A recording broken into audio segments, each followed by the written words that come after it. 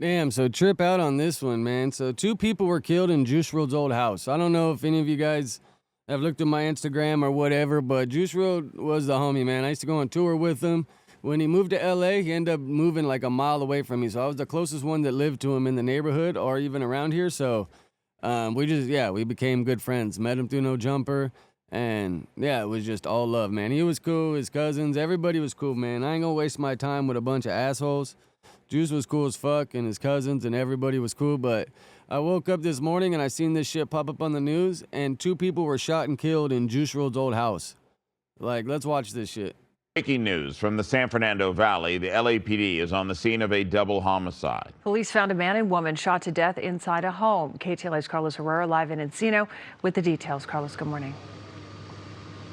Good morning. And the medical examiner leaving the scene with the bodies of both victims just moments ago. This investigation, I will tell you, far from over, going into well past the 12th hour here. This area blocked off with homicide detectives still on scene, focusing their investigation on this two-story home you see there to the left. We're on a White Oak Avenue here just off of Ventura Boulevard. And yeah, as soon as I seen it, I was like, damn, in Encino.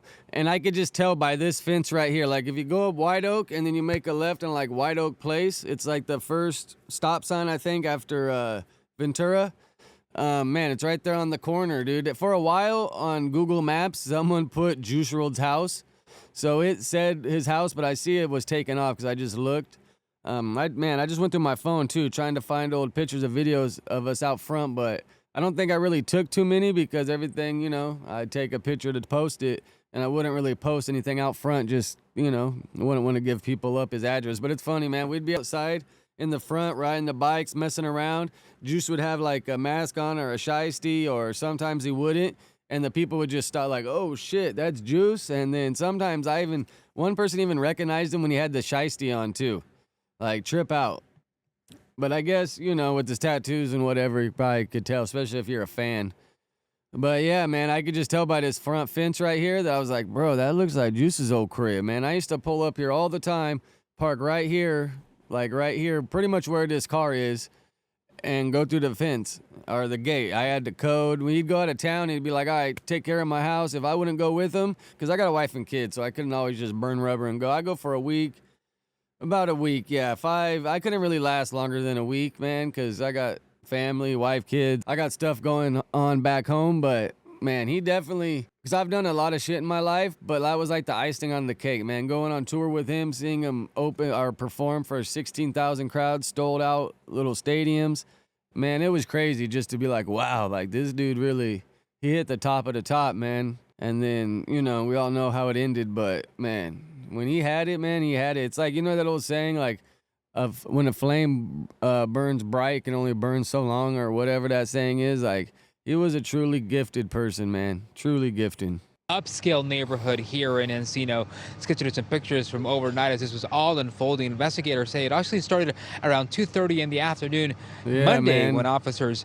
And it's a two-story house. It's kind of a nice-ass house. I'm sure you guys could find it and go look at a Zillow or whatever, but Juice was downstairs. The studio was on the backside.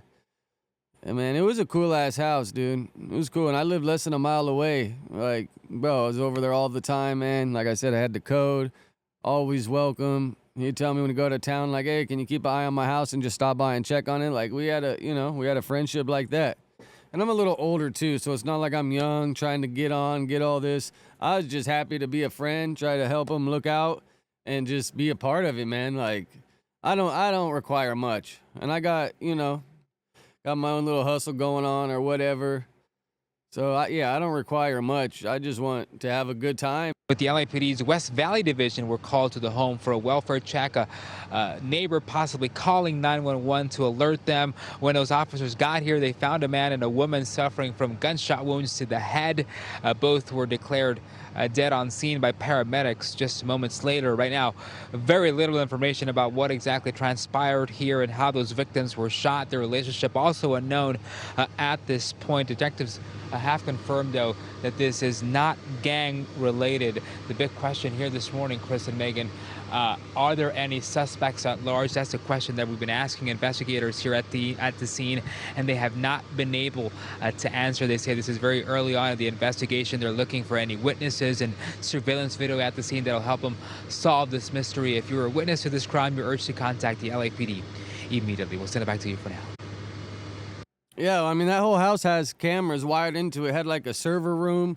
So there got to be footage, especially if they have it operating. The whole house was cameraed up. You couldn't do shit there without being on footage anywhere, which is dope. I mean, you need that shit. So I wonder if it was like murder-suicide or, you know, they said it wasn't gang-related. I doubt it has any attachment to Juice because that house was empty for like 6 months before someone moved in. And then I drove by one time, and then I realized that it looks like someone was... I think I was driving by, going past, because White Oak passes going up, and then White Oak Place, a little turnoff. So I'd be going up, and I'd look down the street, and I think I seen a moving van there one time or something.